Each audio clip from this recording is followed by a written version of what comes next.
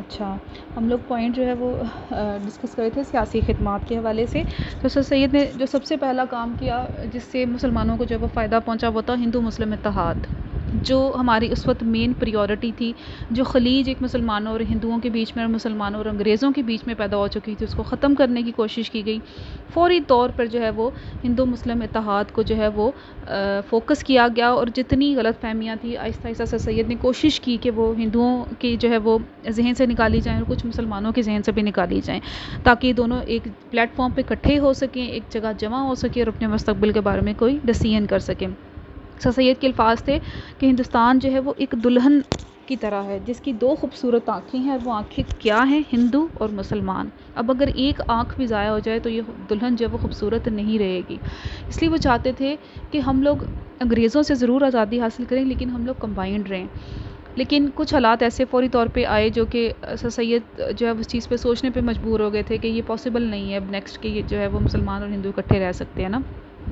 چونکہ جو سب سے پہلا جو تنازعہ تھا، نیکسٹ ہمارا پوائنٹ ہے اردو ہندی تنازعہ، جو اسی سے میں آپ کو لنک کر کے پڑھا رہی ہوں کہ سب سے پہلے 1867 میں جو ہے یہ تنازعہ جو ہے وہ کھڑا ہوا تھا. اور مسلمان چونکہ جب مسلمانوں کی حکومت برصغیر میں تھی انگریزوں کے راج سے پہلے، انگریزوں کے آنے سے پہلے، تو اس وقت جو ہے وہ فارسی رسم الخط جو ہے وہ سرکاری زبان کے طور پہ جو ہے وہ استعمال ہوتا تھا.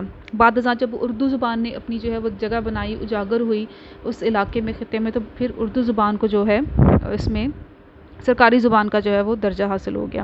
اب ہندی چونکہ اس وقت جو ہے وہ مسئلے کھڑے ہوئے برصغیر میں، تو ہندو یہ چاہتے تھے کہ کسی طرح سے ہندو دیوناگری رسم الخط میں جو ہے وہ لکھی جاتی ہے نا، تو کسی طرح سے اردو کا رسم الخط جو ہے وہ ختم کر دیا جائے اور ہندی کا جو ہے وہ اس کو رائج کیا جائے.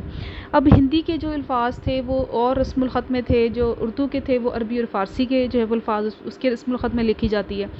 تو یہ مسلمانوں کے لیے بھی قابل فہم تھی اور ہندوؤں کے لیے بھی قابل فہم تھی. لیکن ہندو اپنی ہٹ درمی پہ اڑے ہوئے تھے کہ نہیں، ہم لوگوں نے جو ہے وہ اردو کو ختم کرنا ہے اور ہندی لے کے آنی ہے. تو اس چیز کو ختم کیا گیا.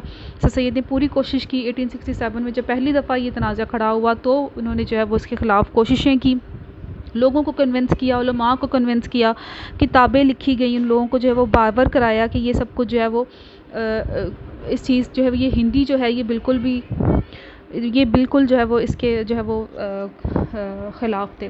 اب یہ اس کے بعد جو ہے وہ 1900 میں بہار میں جو ہے وہ یہ دوبارہ یہ تنازعہ کھڑا ہوا تھا، اور اس کو بھی جو ہے وہ کچل دیا گیا اور اس کے اوپر جو ہے وہ عمل درآمد نہیں ہو سکا تھا. یہ تھا ہمارا آج کا لیکچر. انشاءاللہ جو ہے وہ اب آپ سے جو ہے وہ کل پھر ملاقات ہوگی. Thank you. اللہ حافظ.